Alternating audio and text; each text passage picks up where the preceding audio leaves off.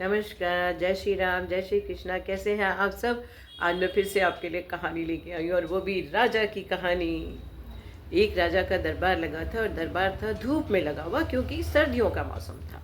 राजा के सामने एक शाही मेज रखी थी और उस पर कुछ कीमती सामान रखा हुआ था। राजा के चारों तरफ मंत्री, दरबारी, उसके परिवार के सदस्य और कुछ प्रजा के लोग भी बैठे हुए थे।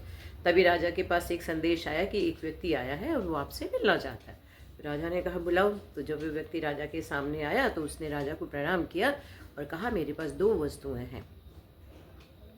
मैं नगर नगर में घूमता हुआ अपनी ये दो वस्तुएं सबके सामने रखता हूँ और कहता हूँ कि इन दोनों चीज़ों में इनकी गुणवत्ता के आधार पर अंतर बताओ, लेकिन आज तक कोई भी व्यक्ति मेरे इस प्रश्न का उत्तर नहीं दे पाया, इन दोनों का अंतर नहीं बता पाया।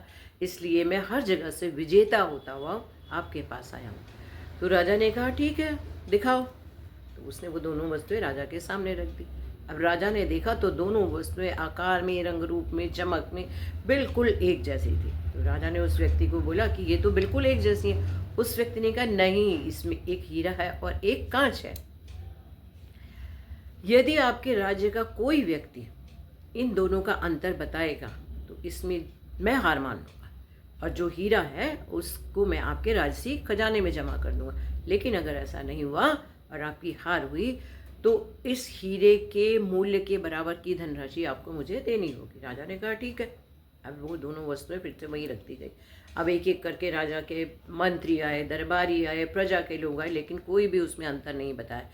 एक तो राजा का भय था, दूसरा इस बात का भय था कि अगर हम हार गए तो राजा की प्रतिष्ठा कम होती है, इसलिए कोई बोल भी नहीं पा रहा था।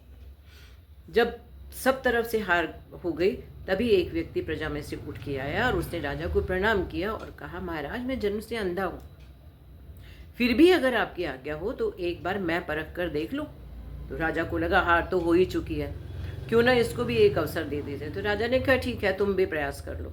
उस व्यक्ति ने अपने दोनों हाथ उन दोनों वस्तुओं के ऊपर रखे और तुरंत ही हाथ पीछे हटा लिए और फिर बता दिया उसने एक हाथ में उठा के कि देखिए ये हीरा है और जो ये पड़ा है ये कांच है।